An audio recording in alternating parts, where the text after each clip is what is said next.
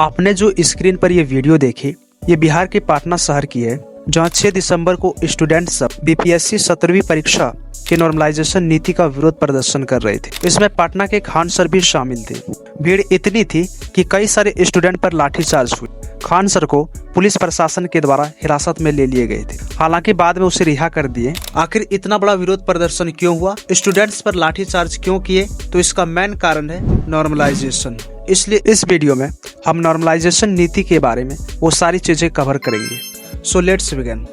Normalisation नीति क्या है? बिहार में स्टूडेंट्स बीपीएससी 17वीं की परीक्षा की नॉर्मलाइजेशन नीति का विरोध प्रदर्शन क्यों कर रहे थे? नॉर्मलाइजेशन नीति का नेगेटिव पॉइंट्स क्या है, या फिर इनका उन स्टूडेंट्स पर क्या इफेक्ट पड़ेंगे जब यूपीएससी, एसएससी, पुलिस भर्ती, रेलवे भर्ती बोर्ड और एनटीए जैसे बड़ी परीक्षाओं में स्टूडेंट की संख्या ज्यादा होने पर परीक्षा को 2 या अधिक पालियों में कंडक्ट कराई जाती है। अब इससे ये होगा फ्रेंड कि यदि एक पाली के एग्जाम पेपर में स्टूडेंट से इजी क्वेश्चन पूछा जाए तो उन स्टूडेंट का मार्क्स बढ़ जाएगा। वही दूसरे पाली के एग्जाम पेपर में यदि स्टूडेंट से हार्ड क्वेश्चन पूछा जाए तो उन स्टूडेंट्स का मार्क्स कम हो जाएगा। अब ऐसी स्थिति में परीक्षा आयोजित कराने वाली संस्था के द्वारा नॉर्मलाइजेशन नीति को अपनाकर दोनों पालियों के स्टूडेंट के मार्क्स को समान किया जाता है। अब इसको एक एग्जाम्पल की तरह से समझते हैं। मान लेते हैं कि हमें एसएससी जीडी का एग्जाम कंडक्ट कराना है और इसके लिए 2 डेट निर्धारित करते हैं। मान के चलो एक 15 दिसंबर और दूसरा 16 दिसंबर। मान के चलो कि 15 दिसंबर को एग्जाम देने वाले स्टूडेंट का औसत नंबर 160 में से 120 आया, वही जबकि 16 दिसंबर को एग्जाम देने वाले स्टूडेंट का औसत मार्क्स 160 में से 100 ही रह गया। अब नॉर्मलाइजेशन नीति को अपनाकर दोनों ही पालियों के स्टूडेंट के मार्क्स को लगभग 110 के आसपास कर दिया जाएगा। ऐसे में दूसरे दिन की परीक्षा में बैठे स्टूडेंट का मार्क्स बढ़ जाते हैं, जबकि पहले दिन की परीक्षा में बैठे स्टूडेंट की मार्क्स कम हो जाते हैं। और इसका मेन रीजन होता है इजी क्वेश्चन पेपर और हार्ड क्वेश्चन पेपर। अब हम यह समझते हैं फ्रेंड, नॉर्मलाइजेशन के नेगेटिव पॉइंट्स या फिर स्टूडेंट नॉर्मलाइजेशन को विरोध क्यों करते हैं।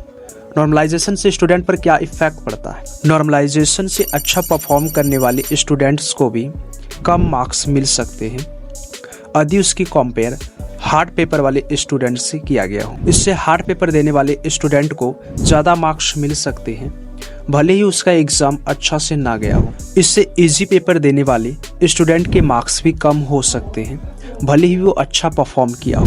नॉर्मलाइजेशन नीति से स्टूडेंट के साथ अन्याय होता है। इससे अच्छा प्रदर्शन करने वाले स्टूडेंट को कम मार्क्स मिल सकते हैं, वही एवरेज स्टूडेंट को इससे ज़्यादा मार्क्स मिल सकते हैं। और यदि बायचांस नॉर्मलाइजेशन की प्रक्रिया या फॉर्मूला में किसी भी प्रकार की त्रुटि हो जाए, किसी भी प्रकार की गलती हो जाए, तो बेहतर रूप से परफॉर्म करने वाले स्टूडेंट का रिजल्ट पूरी तरह से खराब हो जाता है। और यही कारण है कि जब बिहार में बीपीएससी 17वीं परीक्षा को नॉर्मलाइजेशन नीति से कंडक्ट कराने की जब खबर आई तो तैयारी की जाने वाले स्टूडेंट्स में आक्रोश और नाराजगी की भावनाएं फैल गई।